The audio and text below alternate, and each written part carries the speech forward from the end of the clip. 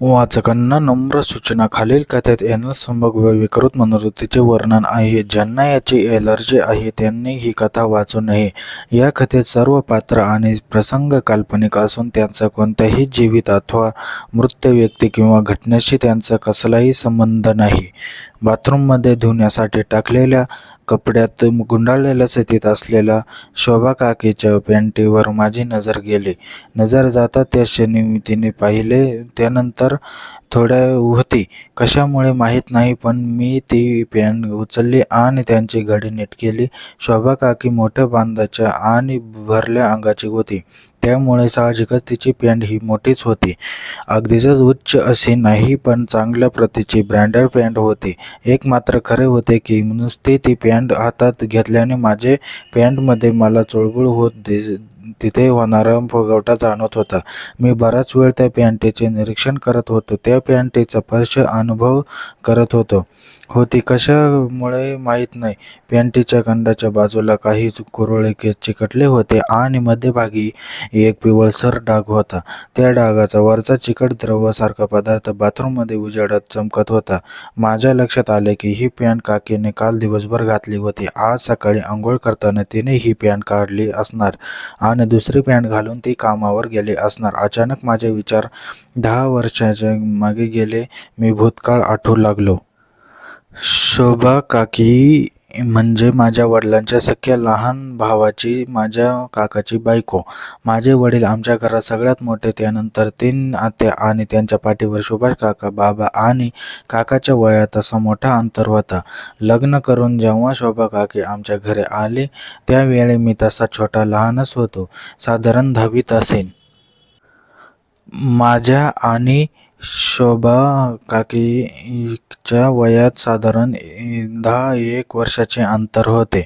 शोभा काकी चांगली शिक्षित होती. दिसायला गोरीपान, 5 फूट 6 इंच उंची आणि आकर्षक चेहरा. तिचे मोठे गुबगुबीत स्तन, हलके सुटलेले पोट, कडक आणि लांब सडक मांड्या सगळ्यांचे लक्ष वेधून घेत. काकीच्या सौंदर्याचा कळस म्हणजे तिची वादकता. लग्नानंतर काकी आमच्या गावीच राहिली तर काका नोकरीसाठी शहरात राहत होते. दिवस मागून दिवस जात होते. मी नुकतेच तारुण्य पदार्पण केले होते. आता मला मिसरूडही फुटली होती. गावाची शुद्ध हवा आणि नियमित व्यायामामुळे माझी शरीरयष्टी चांगलीच मजबूत झाली होती. अलीकडेच मी मूठ मारायला शिकलो होतो. प्रत्यक्षात मात्र पोरींशी अथवा बाईंशी जावाजावी कशी करतात याची मला सुरातम ही कल्पना नव्हती. मला आता आजूबाजूला असलेल्या मुलींचे आणि बायांचे आकर्षण वाटू लागले होते. प्रत्यक्षात मात्र मी मुलींशी कधीही न बोलता नकळतच मूठ मारताना मी त्यापैकी एका कोणाला तरी आठवू लागलो. आठवून माझी पिचकारी ओढवायचो. एकदा मूठ मारताना साहजिकच माझ्या कल्पनेत शोभा काकी आली. खरं सांगतो, यापूर्वी कधीही मी इतके तीव्र संकलन अनुभवले नव्हते. त्यानंतर हा रोजचा नियम झाला. मी काकीला आठवून माझे पाणी काढायचो. यांना त्या कारणाने मी आता शोभा काकीच्या अंगावर तिला येऊ लागलो. घरात काम करताना काकी वाकत असे तेव्हा मी तिच्या गाऊन किंवा साडीतून तिचा डेरेदार आकार, तिच्या पेंडीचा शेप पाहून माझं पण चळायला लागले. असे करता करता काही दिवस असेच गेले. नंतर काकीचा माझ्यावर सुभाष काका प्रत्येक शनिवारी रविवारी काकाकडे येत असे. त्या दिवसात तो कसा काकूला असेल याची सारखा विचार करत असे. मला राहावेसे नाही, पण मी त्याचा संभोग चोरून पाहायचा ठरवले. शनिवारी रात्री काका आला. जेवण उरकून सगळे आपल्या खोलीत झोपायला गेले. साधारण अर्धा तास थांबून मी काकाच्या रूमच्या खिडकीजवळ आलो. काकाने आतमध्ये बघितले कोणी आहे का बाहेर.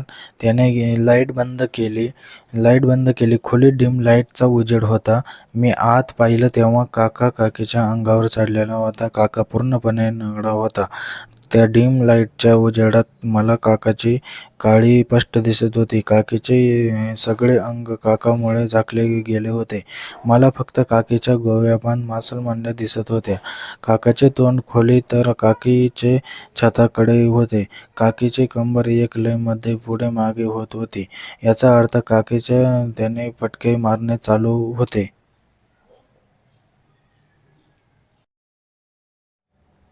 काकाची कंबर पुढे मागे होत होती. काका आता जोरजोराने त्याचे फटके मारत होता, तर काकीही त्याला आपल्यावर वळत होती. शेवटी काकाने एक अखेरचा फटका मारला आणि काकीवर कोसळला.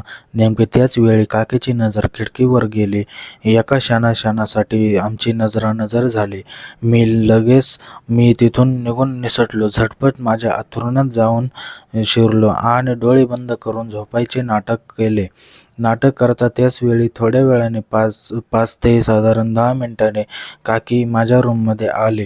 मला उठवण्याचा तिनं प्रयत्न केला. थोड्या वेळाने काकी माझ्याजवळ येताना दिसली. मी डोळे बंद केले.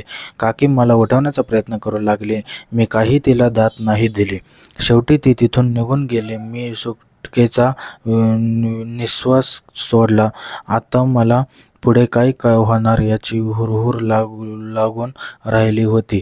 जर हा प्रकार बाबांना समजला तर माझी खैर नव्हते. दुसऱ्या दिवशी सकाळी तर काही झाले नाही. दुपारी काकीने मला तिच्या खोलीत बोलवले. मी दचकत आत गेलो. काकीने मला कालच्या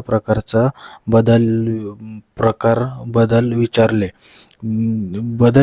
तिनं थोड्याच वेळात तिथून थोड्या वेळाने मला काकी माझ्या जवळ येताना दिसली. मी डोळे बंद केले. मला चांगलाच झापला. मला शिव्या दिल्या.